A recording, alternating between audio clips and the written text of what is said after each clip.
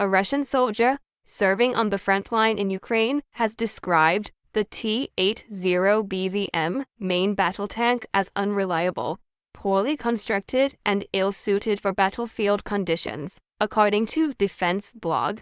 Citing an interview published by Vault 8, the serviceman, identified by the call sign Tim, said the upgraded T-80, promoted by Moscow as a modern combat vehicle, performs poorly under operational stress. It is something that looks quite good on paper, but the quality of execution is terrible, he said, adding that critical components, such as hydraulic systems and fasteners, fail frequently. The T-80 is a modernized version of the Soviet-era T-80 platform, equipped with a gas turbine engine, thermal optics, and upgraded protection systems. It has been actively used in Russia's operations in Ukraine and is often promoted in official materials as a high-mobility, all-weather tank. According to the tanker, hydraulic leaks began the moment the vehicle rolled off the trailer, and repeated repairs failed to resolve the issue. The crew compartment, he noted, is uncomfortably tight, particularly for the commander, because of its additional thermal imaging equipment. He also challenged official claims about the tank's gas turbine engine, stating that it performs poorly in muddy terrain and consumes excessive amounts of fuel. In our black soil, it does not move at all, he said. The engine reportedly requires kerosene rather than diesel, and produces a loud noise similar to a jet fighter taking off when operating from the side or rear. During combat, he described a dangerous delay in startup time compared to diesel-powered tanks. When our group was spotted and they started shelling us, the T-72 started instantly and drove away. We stood under fire waiting for the turbine to spool up, the tanker said. Tim reported that the T-80 is difficult to maintain in field conditions. The air intake can easily clog with debris, shutting down the engine, while fuel filters require constant draining. Despite official claims that the turbine provides advantages in cold weather, the soldier said the tank remains dependent on battery power to start, offering no practical improvement over older models.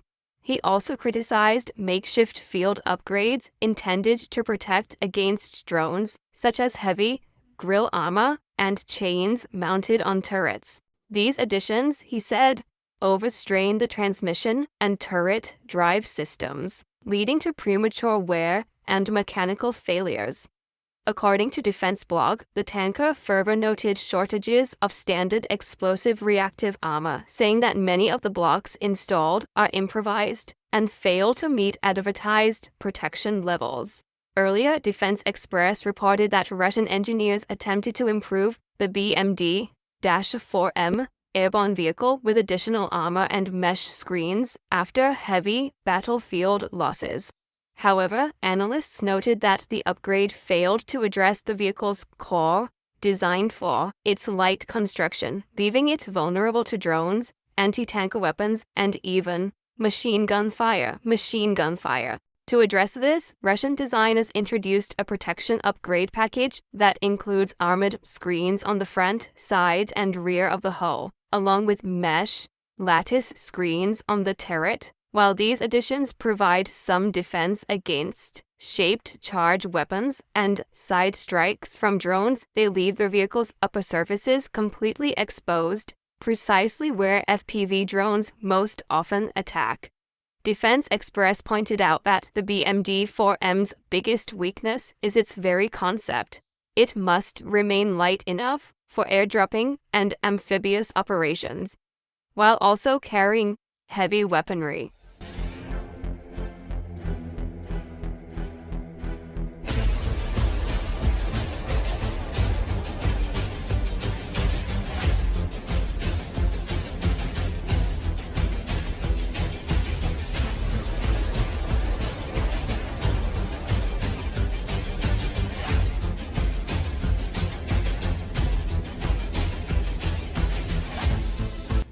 The aggressor country's foreign minister, Sergei Lavrov, returned to the public eye following rumors of his possible resignation, and made a statement about negotiations with the United States to end the Kremlin-instigated war in Ukraine.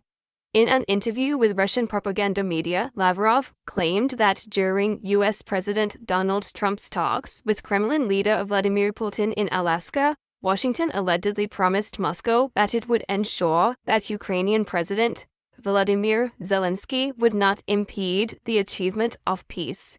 Apparently, certain difficulties have arisen in this matter, added the minister of the aggressor country. Lavrov also repeated well-known Kremlin narratives, specifically recalling that the occupiers included several regions of Ukraine in their constitution, citing the results of so-called referendums not recognized by the international community. According to the Russian minister, despite the compromised nature of the agreements with the U.S., Russia is not abandoning the issues that are fundamental to it. Lavrov added that he was ready to meet with U.S. Secretary of State Marco Rubio to discuss the war in Ukraine, but demanded that the American side take into account Russia's interests. Political scientist Michael Nacky believes that Lavrov fell low in Putin's eyes, which is why he was thrown overboard. A number of completely unreliable Telegram channels are writing that the head of the Russian Foreign Ministry has been written off for failing to negotiate with the Trump administration. I wouldn't have paid any attention to these publications if it weren't for a series of strange events that have occurred simultaneously, which, in Putin's vertical, often signal that someone has been written off from the inner circle, the blogger reported. Nacky noted, "Let's start with the fact that Lavrov was absent from the Security Council meeting held by Putin on November the 5th. At that meeting, Putin instructed the committee to consider proposals for resuming nuclear testing. Lavrov was the only permanent member of the Security Council to miss the meeting." Kommersant reports, citing sources, that the minister was absent by agreement. No parallel meeting or business could be found. Lavrov's absence from this carefully orchestrated performance is a very serious signal. Putin was not thrilled that the foreign minister spoke to Rubio in such a way that Trump cancelled the Budapest meeting and imposed serious sanctions against the Russian oil industry for the first time.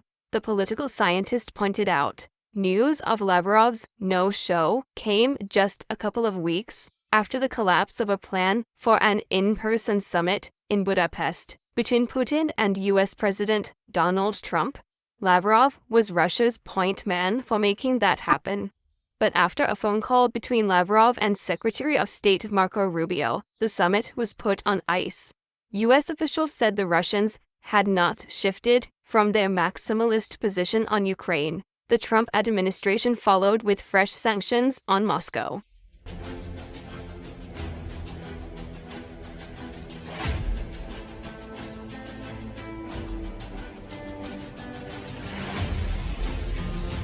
How are you?